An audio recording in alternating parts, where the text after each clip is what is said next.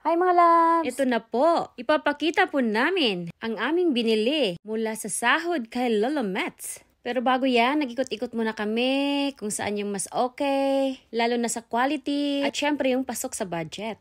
Kaya tara mga loves, samahan nyo kami at mag-ikot-ikot tayo sa loob. At ito na nga yung dalawa na mamasyal-pasyal na, nauna na magtingin-tingin. Lalo na ngayon mga loves, ang daming sale oh. Ang sarap mamili. Pero syempre, pipiliin lang natin yung affordable at pasok sa budget natin, syempre. Kaya hayaan muna natin si ate at daddy na mamili ng kung anong tingin nilang gusto nila. Dahil hawak ko si Pogi, dahil kakagising lang niya. Kaya hayaan muna natin si daddy at ate na mamili muna. And then after, kami naman ni Pogi ang mamimili. Second one that I like for me and Aiden, that's one's just for me. Which one? That one? Purple one? That one, yeah. But when Aiden wants to sleep with me, he get the bottom one or the top. Okay. Or maybe I get the... At yan na nga mga loves, nakapili na kami.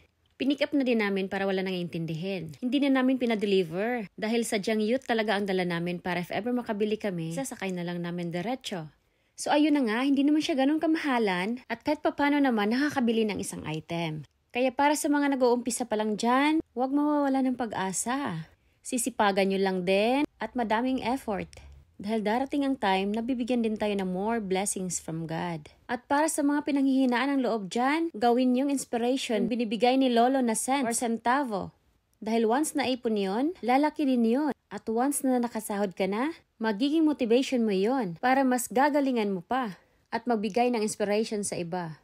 Kaya mga loves, go lang ng go! Hayaan na natin ang mga bashers.